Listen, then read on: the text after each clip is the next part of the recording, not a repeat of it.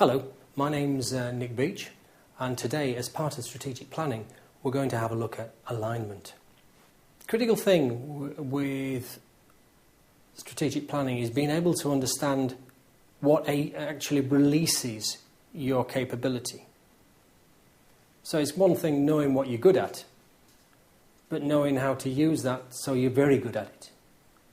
So strategic alignment, in many ways, is getting everything aligned so it works together. But let's move on. Let's just have a look at the objectives. What we're going to do today, look at what is meant by strategic alignment. So by the end of this, you'll understand what that is. What is meant by strategic intent. And look at a few different ways and approaches to strategic thinking. So devising your strategy may change depending on where you are, and it may also change on the way you think. So the very way you think will deal with how the organisation approaches its market and uses its capability. What is strategic alignment? Well, as part of a strategic planning process, you can use a strategic alignment to ensure that personal products, processes, etc., all work together. They work in harmony. They support each other and they don't conflict. In other words, one element isn't pulling away from another. Using this analysis, basically, you can get a better planning system. I would like to emphasise one particular issue. It's not just getting them to work together, but it is as important to stop them working against each other. Often in organisations, particularly strewn across the world, departments and areas can actually start going into a state of competing with each other. And strategic alignment reduces this conflict within the organisation so that the organisation can clearly move forward with all its assets pointing in the right direction. Strategic alignment can be used or is used as part of the internal audit process. And basically a simple way of doing it is having a scoring system whereby you value each element of the organisation and see how it matches with the others and how they can actually be work together. It can also be used to measure how effective the strategic plan has been. In other words, this is what we thought we were going to do. Did it work to as it should have done? What were the areas that needed to be improved? How are we going to improve them? Are they in a line and can they cooperate with each other? Key areas to look into it. Personnel. Are the personnel capable of communicating with each other? Are they good at the skills that they've got? Do the departments work in conjunction with each other? The products, are we producing it appropriately? What are the processes that facilitate the products being produced?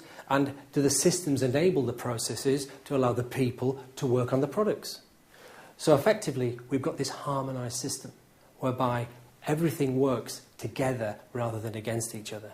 And that, in a nutshell, is strategic alignment. That now brings me to strategic intent. Strategic intent, as the word suggests, gives you an intent of what the organisation is going to do. It sets the vision, where we are going to be in the next 2, 3, 4, 5, whatever years, and how. And from that, you can then devise how you're going to get there. The trick with this vision thing is that people actually share it. My experience of working with boards is often the managing director and the chairman will have the vision thing clearly in their mind so they know where they intend to take the organisation, but whether that's fully supported by all the directors may not necessarily be the same thing. The critical issue there is that the chairman and the managing director haven't communicated, even at board level, where the organisation is going. And that is quite a sad situation to be in. If you then impound that or impact that, how that spreads through the organisation, the senior management team have got to be aware of where the strategic intent's driving them to. The middle management and the workforce have all got to have some idea of where the organisation is wanting to take them to. Therefore, often a good strategic intent focus is something clear, sharp, and can be crystallised in a relatively few set of words. So we know exactly where we're going, and it is in a language that everybody can understand. In other words, what it's achieved is devising, this is where we are now, but this is where we're going to be in the future. And that to get there, we have to do this, this, and this. But you've got to buy everybody into it. Everybody's got to say, I'm going to do this, and I want to achieve it in a meaningful way. If you can see here from the pyramid, you can see that the strategic intent then tells you where you're going to go. From that, your vision and mission then says to achieve that strategic intent, we have to build this vision. To achieve that vision, we have to build a supporting mission. That will then cascade down into aims and objectives, and also set your strategic priorities. In other words, you then have a plan starting to throw out that will actually enable you to achieve your strategic intent, the top of the organisation's aim. From that, then you can devise your strategies and start to move the organisation forward to achieve it. Strategic thinking. A number of approaches to strategic thinking. So it's not just one way of doing things. There is not a wrong and a right way. It can be a combination of ways of thinking and ways of looking at things. Can also have a dominant style, but it's important if you have a dominant style of thinking that you are aware of what it is and how it approaches risk in relation to other forms of thinking.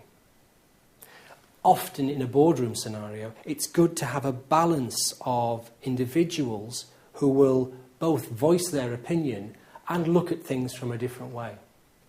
Often you see that non-executive directors are brought into a boardroom just to give a bigger picture. So when the managing director and the executive director is enthusiastic to maybe take a market, the non-executive directors, who may have been brought in with a lot more experience of PLCs, etc., may say, well, have you thought about this?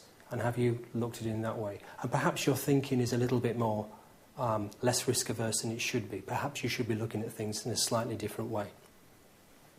Now, it can be that you will take one approach for one market because that's the boardrooms that you are employing and the companies that you are employing into one market. And you may have a different set of companies or divisions operating in another market, and their management style and their thinking style can often be very different. So you can have a situation where the organisation may have a big strategic decision-making process, and within that they have a certain style of thinking, but they allow their lower boards within subsidiary companies to operate in a different way, and that can work. The issue is that we are aware that this may well have a multitude of different ways of approaching decision-making. The trick of it is that it is orientated to the market, and all the elements work towards what the customer wants. Okay, strategic thinking. Today, what I just want to look at is 4 models of strategic thinking. The models, as you can see in the diagram, really are intersected by a dotted line. And the ones with the internal thinking is really step-by-step process contained within the organisation. The other side, the external thinking, is much more market-led. So it's more reactive, but proactively reactive in the market. Let's just do them in turn.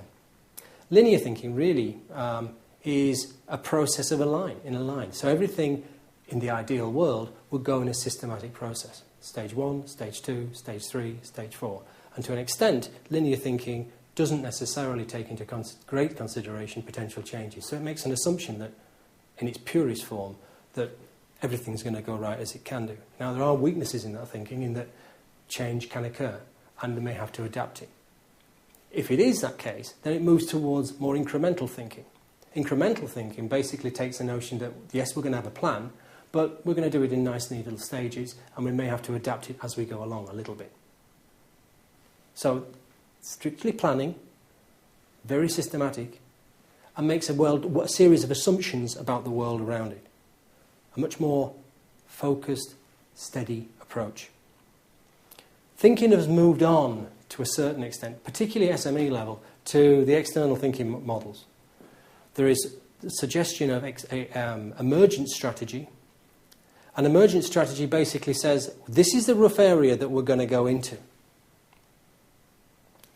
But we're not going to say exactly how we're going to go there. And we're not necessarily going to say that's exactly where we want to be.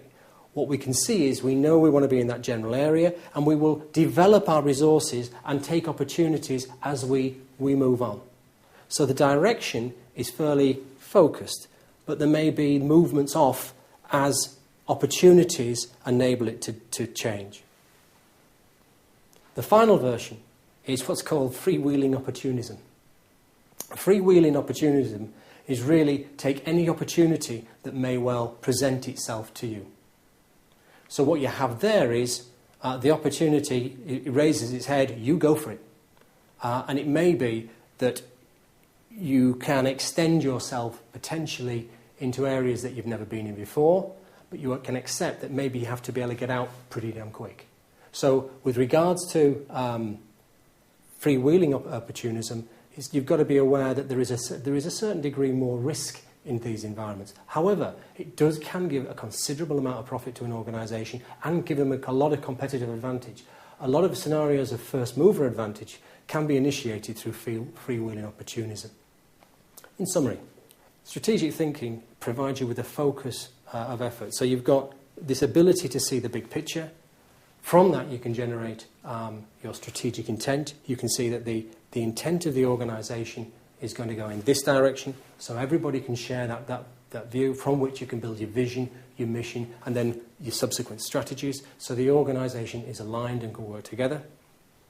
It provides the seeds for success. In many ways, good strategy is organising your luck. Bringing things together can help you focus forward and give everybody a clear image of where you're going. So having some intent in the organisation, some driving force, some focus can help invigorate the organisation and help it to work together. It can generate insights into the capabilities within the organisation and the market environment where you're going, so people get a clear picture of what they're going to do and what they're expected to do. It can also be used through a good strategic alignment, the effective use of resources and how those resources can be used to synergise within the organisation. And finally, it can help you to put the seeds in for proactive success and focus your managerial team so they optimise their people, engage with their people and achieve more with less. Thank you very much indeed.